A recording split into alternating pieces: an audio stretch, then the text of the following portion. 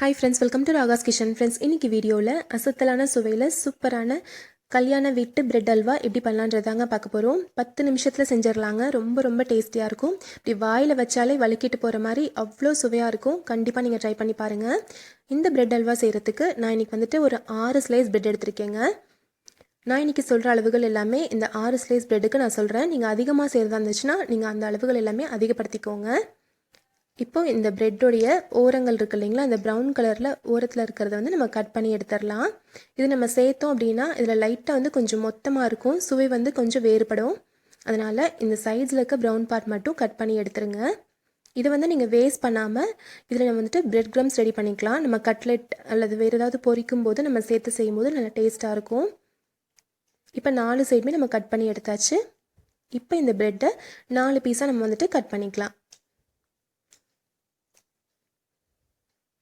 இந்த மாதிரி நடுவில் கட் பண்ணிக்கோங்க. திருப்பி வச்சு இப்படி கட் பண்ணிடுங்க. இப்போ நம்ம 4 பீஸாக கட் பண்ணுறோம். இப்போ கட் பண்ணியாச்சுங்க. இப்போ ஸ்டவ்வில் ஒரு வாணலி வச்சுக்கலாங்க. இந்த பிரெட் பீஸை பொரிக்கிறதுக்கு தேவையான அளவுக்கு எண்ணெய் ஊற்றிக்கலாம். எண்ணெய் கொஞ்சம் நல்லா சூடானதும் மீடியம் ஃப்ளேமில் குறைச்சி வச்சுட்டு இந்த கட் பண்ணி வச்ச பிரெட் பீஸை போட்டு பொரிச்சு எடுத்துக்கலாம். ரொம்ப ஓவராக எண்ணெய் சூடாயிருச்சு அப்படின்னா நீங்கள் பிரெட் பீசஸை போட்டதுமே கரிஞ்சிரும். அதனால் ஓரளவுக்கு சூடானதுமே மீடியம் ஃப்ளேமில் வச்சு பொரிச்சு எடுத்துக்கோங்க. 2 சைடுமே நல்ல ஒரு கோல்டன் ப்ரௌன் கலர் வந்ததும் நம்ம எண்ணெயிலேருந்து எடுத்துடலாம்.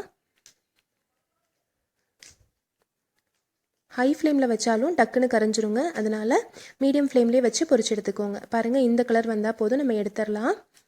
நல்லா கிறிஸ்பியாக நம்மளுக்கு வந்துட்டு பிரெட் வந்து பொரிச்சு எடுத்தாச்சு. இதே மாதிரி எல்லா பீசஸுமே நம்ம பொரிச்சு எடுத்துடலாம். பாருங்கள், இப்போ நான் பொரிச்சு எடுத்து வச்சுருக்கேன். இப்போது ஸ்டவ்வில் வந்து ஒரு வாணலி வச்சுக்கலாங்க. இதில் 2 ஸ்பூன் அளவுக்கு நெய் ஊற்றிக்கலாம். ஒரு 10 முந்திரி பருப்பு போட்டு வறுத்து வச்சுக்கலாங்க. இப்போது இந்த பிரெட் ஹல்வாவுக்கு வந்துட்டு நம்ம திராட்சைலாம் சேர்த்தா டேஸ்ட்டாக இருக்காதுங்க.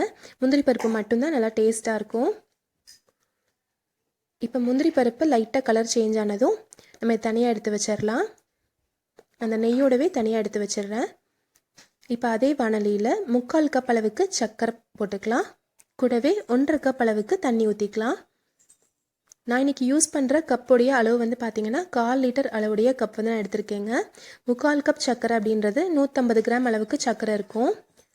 தண்ணி வந்து 1/2 கப் அளவுக்கு எடுத்திருக்கேங்க. கிட்டத்தட்ட ஒரு 400 மில்லி அளவுக்கு தண்ணி ஊற்றிருக்கேன். இதில் சர்க்கரை கரைய ஆரம்பித்ததும் ஒரு 1/2 டீஸ்பூன் அளவுக்கு ஏலக்காய் தூள் சேர்த்துக்கலாம்.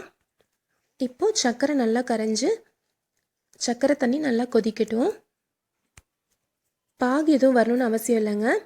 சர்க்கரை தண்ணி நல்லா கொதிக்க ஆரம்பித்ததும் நம்ம பொரிச்சு வச்சுருக்க இந்த பிரெட் பீஸை நம்ம இதில் சேர்த்துடலாம். இதை சேர்த்துட்டு ஒரு 5 நிமிஷம் இது நல்லா கொதிக்கட்டுங்க. இந்த பிரெட் நம்ம வந்து பொரிச்சு வச்சுருக்கோம் இல்லைங்களா, அந்த பீசஸ் எல்லாமே இந்த சர்க்கரை தண்ணியில் நல்லா ஊறிடும். இந்த சர்க்கரை தண்ணியை இழுத்து நல்லா ஊறிடுங்க. ஒரு 5 நிமிஷம் கழித்து நம்ம வந்துட்டு நல்லா கலந்து விட்டுக்கலாம். இப்போ பாருங்கள், இது நல்லா ஊறிடுச்சு. இப்போ நம்ம கலந்து விட்டோம் அப்படின்னா எல்லாமே நம்மளுக்கு சாஃப்ட் ஆயிரும். இப்போ எக்ஸ்ட்ராவாக இருக்க இந்த சர்க்கரை தண்ணியும் இந்த பிரெட் வந்து நல்லா இழுத்துருங்க.